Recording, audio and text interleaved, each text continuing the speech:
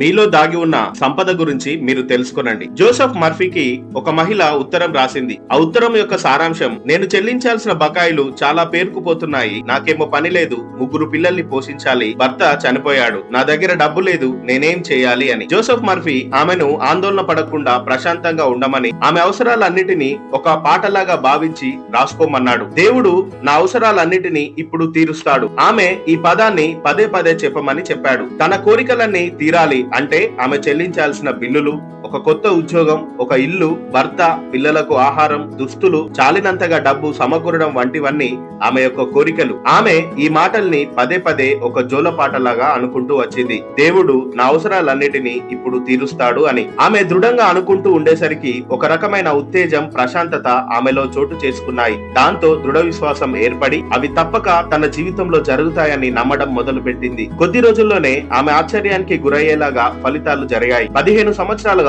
అసలు చూడకుండా ఉన్న ఆమె సోదరి ఆస్ట్రేలియా నుండి వచ్చి ఆమెను కలుసుకుంది. ఆమెకు $5,000 నగదు, ఇంకా కొన్ని వస్తువులు కానుకల రూపంలో ఇచ్చింది. ఆ మహిళకు ఒక డాక్టర్ వద్ద సెక్రటరీగా ఉద్యోగం దొరికింది.